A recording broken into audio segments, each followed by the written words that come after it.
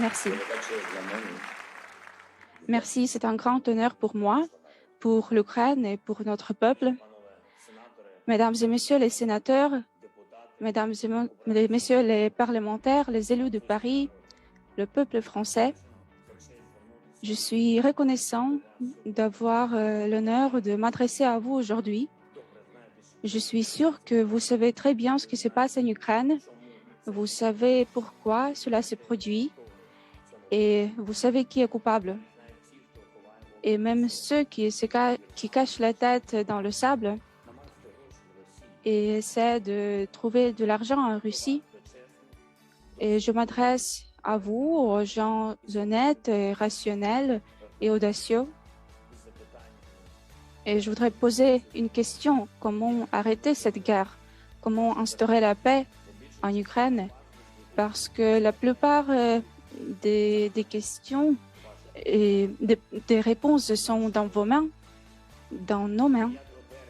Le 9 mars, les bombes aériennes russes ont été lancées sur l'hôpital pour les enfants et une maternité dans notre ville de Mariupol. C'était une ville paisible dans le sud de l'Ukraine, complètement paisible jusqu'à ce que les troupes russes sont venues et l'ont pris dans un siège brutal comme au Moyen Âge.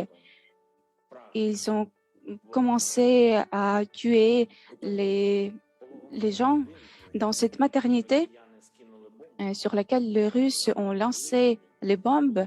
Il y avait des gens, il y avait des femmes qui se préparaient à accoucher et la plupart d'entre eux ont survécu, mais certaines ont été gravement blessées et une femme a dû amputer son pied qui était fracturé. Et une autre femme avait un bassin fracturé et son bébé est mort avant la naissance. La femme, on essayait de sauver la femme. Elle demandait les médecins de laisser mourir, de ne pas l'aider.